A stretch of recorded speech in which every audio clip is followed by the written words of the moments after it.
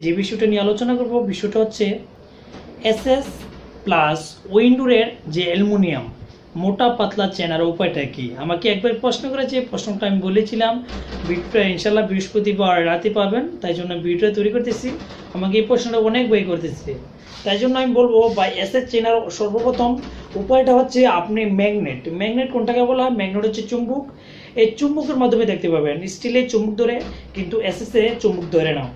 আপনি চুম্বকের মাধ্যমে বা ম্যাগনেটের মাধ্যমে দেখতে পারেন। যদি চুম্বক এটার মধ্যে আটকে যায় তাহলে এটা লোহা এবং এমএস, এটা এসএস নয়। আর এসএস এ যেটা পিওর এসএস, এটা চুম্বক লাগবে না। আর চকচক করলে তো সোনা হয় না, আর সাদা হলে হবে না এসএস, এমনই জিনিস। আর অ্যালুমিনিয়াম এটা অবশ্যই জানতে পারলেন। আর মোটা পাতলা বিষয়টা হচ্ছে আপনারা যারা দরজা গ্রিল উইন্ডোগুলো তৈরি করতে চান অবশ্যই সাইডে ফ্রেমটা দিবেন সর্বনিম্ন 1.5 mm দিবেন, মানে 1 মিলি প্রায় 1.5 মিলি। আর যে ভিতরেরগুলো 1.2 mm দিতে পারেন, সমস্যা নেই। তো 2 mm ভালো, এত মানে ভালো আছে, কিন্তু আপনারা অবশ্যই সাইডে ফ্রেমটা দিবেন 1.5 mm দিয়ে। আর সিডি অবশ্যই আপনার উপরে যে পাইপটা দিবেন এটা 1.5 mm দিয়ে। যারা 2 মিলি দিতে চান তাহলে তো অনেক ভালো, যাদের টাকা একটু বেশি তারাই তৈরি করতে পারবেন। অবশ্যই জানেন। আর রেটগুলো আমি নেক্সট আগের ভিডিওগুলোতে দিয়েছি, সেখান থেকে দেখে নিন। এখন বলবো ভাই আপনি অ্যালুমিনিয়ামের যে গ্রিলগুলো, অ্যালুমিনিয়ামের যে গ্রিল নয় উইন্ডোগুলো, এটা মোটা পাতলা চেনার উপায়টা কি অবশ্যই জানেন ভাই। গ্লাস আপনার অবশ্যই 6 মিলি গ্লাস দিবেন। 6 মিলি গ্লাস দেওয়ার কারণ হচ্ছে গ্লাস যখন যতই পাতলা হবে ততই আপনার ভেঙে যাওয়ার একটু ঝুঁকিটা বেশি থাকবে, তাই জন্য আপনি 6 মিলি গ্লাস দিবেন। ক্লারিং গ্লাস দিতে পারেন, লুকিং গ্লাস দিতে পারেন, বা হোয়াইট গ্লাসও দিতে পারেন, আপনাদের ইচ্ছা। যে কোনো ধরনের গ্লাস দিতে পারবেন। অবশ্যই আপনি ভিডিও স্ক্রিনে দেখতে পাচ্ছেন এরকম ধরনের গ্লাস দিতে পারেন।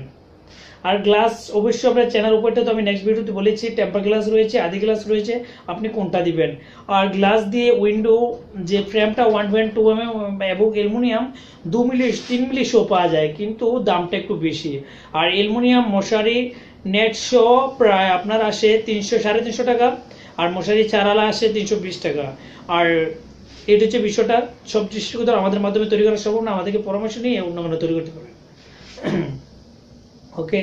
আর বিষয়টা হলো, আমাকে যেসব ভাইরা আপনারা প্রশ্ন করেন অবশ্যই আপনারা এরকমভাবে প্রশ্ন করবেন, ভাই আমার এতটা দরজা, এতটা জানালা, এতটা গ্রিল, আমি কত টাকা আসতে পারি, এরকম মানে প্রশ্ন করবেন। আর আজে বাজে প্রশ্ন করলে তো আমি এগুলো রিপ্লাইগুলো দিব না, ঠিক আছে? অবশ্যই আপনারা জানতে পারলেন।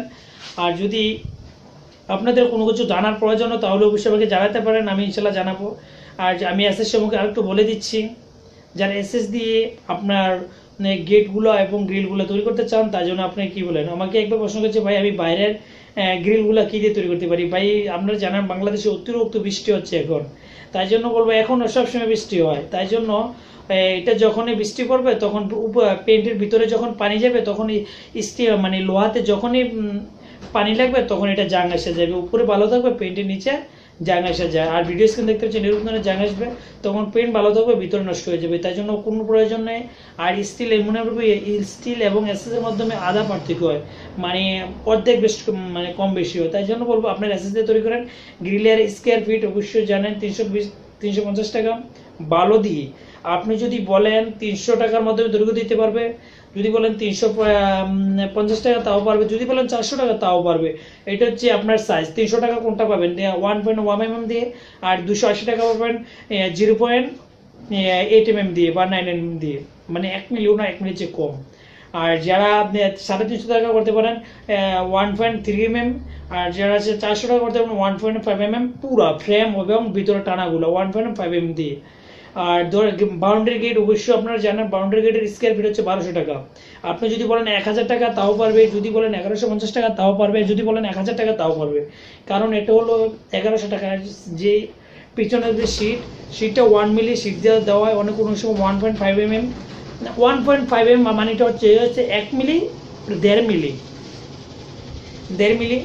আর এটি সম্পূর্ণ আর মানে এসএস সম্পর্কে বা স্টিল সম্পর্কে এগুলো মাপের হিসাবটা সুতো হিসেবে এটা মানে খাতা কলম আসে না, কিন্তু এটা আসে মিলি হিসাবে। মিলি অবশ্য জানেন 10 মিলি 1 সেন্টি, আর 100 সেন্টি 1 মিটার, 100 সেন্টি 1 মিটার, ঠিক আছে? আর 1000 মিলিয়ে 1 মিটার, অবশ্যই বুঝতে পারলেন। আর যদি আমাকে কোনো কিছু জানার প্রয়োজন হয়, জানতে চান, তাহলে অবশ্যই আমাকে কমেন্ট করে জানাতে পারেন। কোনো কিছু বুঝতে চাইলে অবশ্যই জানাতে পারেন।